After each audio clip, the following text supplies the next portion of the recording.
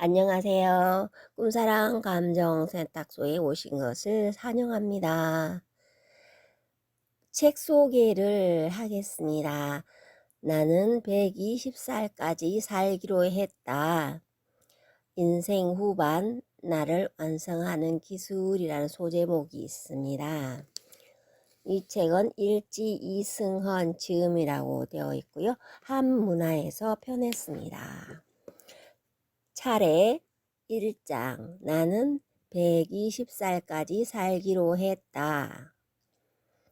2장 진정한 인간의 길은 무엇인가? 3장 어떻게 완성을 이룰 수 있는가? 4장 전반기 인생을 성찰하고 후반기를 설계하라. 5장 체력은 생명, 내력은 창조, 무조건 움직여라. 6장 행복의 새로운 원천을 발견하라.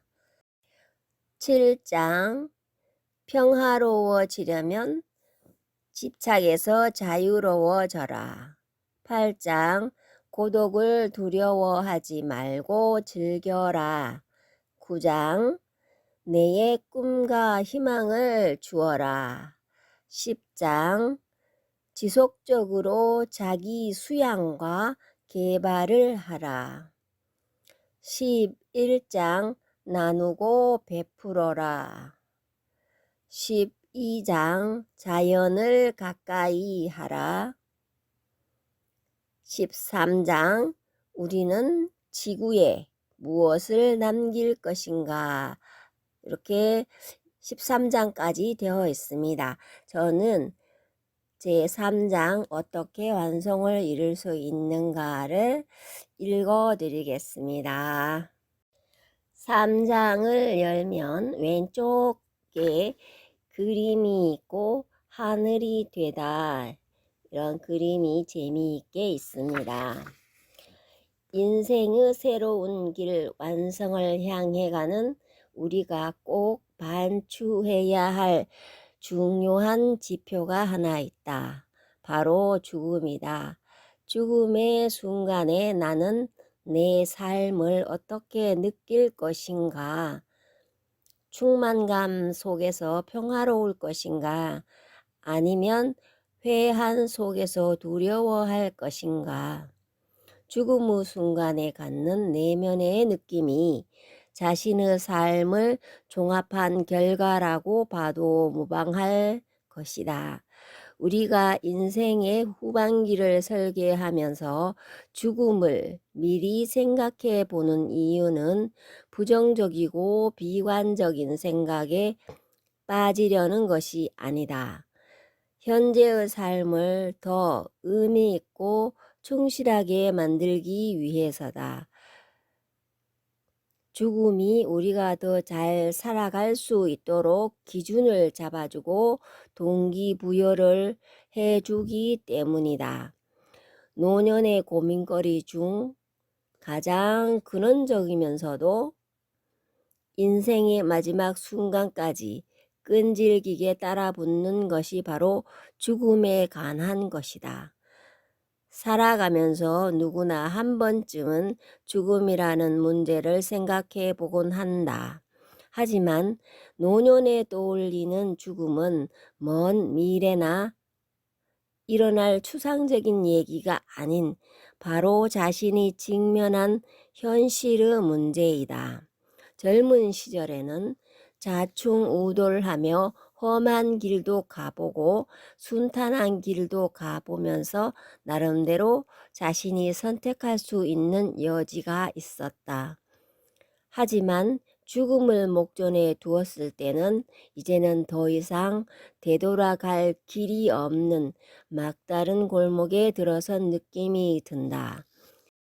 그 길 끝에 자신의 선택 권한이 미치지 못하는 필연적이고도 불가피한 운명, 죽음이 기다리고 있다는 것을 알았을 때 당신이라면 어떤 느낌이 들겠는가? 호흡이 멈추고 더 이상 심장 박동이 뛰지 않는 상태. 육체적인 차원에서 죽음은 누구나 겪는 현상이다.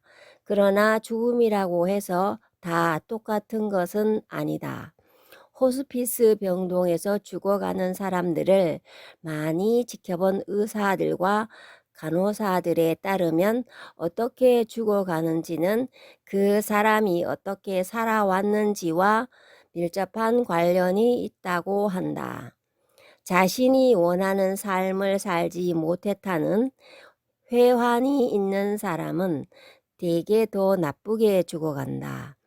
죽음의 순간에 몸의 움직임이 고르지 못하고 고통으로 얼굴이 일그러지며 호흡도 거칠어진다. 몸이 뻣뻣하게 굳고 눈을 감지 못한 채 죽기도 한다. 반면 자신이 원하는 삶을 후회 없이 살았다고 생각하는 사람, 자신의 삶이 좋았고 그렇게 살만했다고 긍정하는 사람은 훨씬 더 편안한 죽음을 맞이한다. 입가에 만족스러운 미소를 머금고 몸을 이완한 채 평화롭게 눈을 감는다. 어떤 죽음을 맞이할지는 결국 자기 삶의 발자취를 총결산하면서 자신의 인생을 긍정할 수 있느냐, 그렇지 않느냐에 달려 있다. 삶을 완성하는 죽음, 천화. 만약 인간에게 죽음이 없다면 어떨 것 같은가? 무한히 죽지 않고 계속해서 산다면 우리는 행복할까? 생각해 보라. 당신이 현재 살고 있는 삶을, 그 하루하루를 수천 년간 끝도 없이 반복하고 또 반복한다면 어떤 느낌이 들겠는가? 마냥 좋지만은 않을 것이다. 기본적으로 당신의 몸을 먹이고 입히고 재우는 의식주 문제를 해결하기 위한 노력을 끊임없이 되풀이해야 한다. 이를 위한 생존 경쟁 속에서 도태되지 않고 살아남아야 하는 일상의 고통이 당신을 지치고 힘들게 할 것이다. 끝없이 반복되는 삶이 너무 지루하고 고통스러워 하루빨리 죽고 싶은 마음이 들지도 모른다. 또 무한히 살 수 있다는 안일함과 오만함으로 자기 개발과 수양, 영성 추구에 무관심하고 나태해질 수도 있다. 죽음이 있다는 것은 사실 우리에게 더 없는 축복이다. 우리는 우리에게 주어진 시간이 영원하지 않다는 것을 알기 때문에 그 소중한 시간을 낭비하지 않고 잘 쓰기 위해 노력한다. 죽음 이후에 어떤 현상과 세상이 기다리고 있을지 모르기 때문에 죽음이 그 누구도 확언해 줄 수 없는 미지의 세계이기 때문에 거기에서 오는 불안함으로 우리는 삶을 잘 살기 위해 노력한다. 다시 말하면 우리가 유일한 존재이기 때문에 완전함과 영원성을 추구한다. 우리가 애초부터 죽음이 없는 무한한 존재라면 완성에 관심을 가질 리 만무하다. 불완전하고 유한한 존재이기 때문에 그러한 한계를 넘어 완전함과 영원함에 대한 본능적인 이끌림을 느끼는 것이다. 그래서 나는 죽음은 인간의 삶을 완성시키기 위해 마련된 창조주의 위대한 설계라고 느낀다. 죽음을 단지 삶의 끝이 아니라 삶의 완성으로 보는 지혜를 나는 우리 민족의 선도로부터 배웠다. 우리 문화에서는 죽음의 차원을 묘사하는 여러 가지 표현이 있다. 다른 사람에게 해만 끼치며 살다가 죽은 사람에게는 되졌다고 한다. 이것은 가장 낮은 차원의 죽음이다. 저 사람은 동물보다 못한 삶을 살았다. 차라리 죽는 편이 낫다는 부정적인 감정이 섞인 표현이다. 두 번째는 죽었다는 표현으로 감정이입이 없는 평범한 죽음을 의미한다. 세 번째는 돌아가셨다는 표현으로 원래 오셨던 곳으로 다시 되돌아가셨다는 것을 의미한다. 이것은 부모님이나 어른들의 죽음에 애석해할 때 쓰는 표현이다. 네 번째는 서거하셨다 또는 붕어하셨다는 표현으로 개인이나 가족 차원을 넘어서 국가나 공익 차원의 삶을 살았던 사람들의 죽음을 일컫는다. 그 다음 단계로 인간이 경험할 수 있는 가장 아름답고 평화로운 차원의 죽음을 선도에서는 천화, 하늘천, 델화라고 부른다. 직역하자면 천은 하늘을, 화는 되다는 뜻으로 하늘이 되다라는 의미이다. 여기서 하늘은 생명의 근원을 의미하는 동시에 우리의 내면에 깃들인 하늘의 속성, 즉 완전성을 뜻하기도 한다. 천하란 이 세상에서 삶의 여정을 통해 내 안에 완전성을 실현하고 생명의 근원으로 돌아가는 대순환을 가리킨다. 나는 천하의 개념을 설명할 때 애벌레와 나비 이야기를 자주 예로 든다. 애벌레는 열심히 잎을 먹으며 성장한다. 그러다 어느 시기에 이르면 더 이상 잎을 먹지 않고 자신의 몸에서 씨를 뽑아 고치를 만들기 시작한다. 고치 안에서 긴 인고와 변화의 시간을 보낸 후 어느 날 애벌레는 눈부신 날개를 펼치며 아름다운 나비가 되어 날아오른다. 엉금엉금 기어다니기만 하는 기다란 애벌레의 외형은 아무리 훑어봐도 날개를 가진 나비로 변신할 수 있을 것이라는 상상이 안 된다. 그런데 애벌레 속에는 나비가 될 수 있는 인자가 원래부터 숨어 있었다. 그것은 인위적으로 가공할 수 있는 것이 아닌 자연의 순리요 생명의 신비이다. 그러한 자연의 순리에 따라 스스로 고치를 치며 생애의 다음 단계를 준비하는 애벌레는 나비로 다시 태어난다.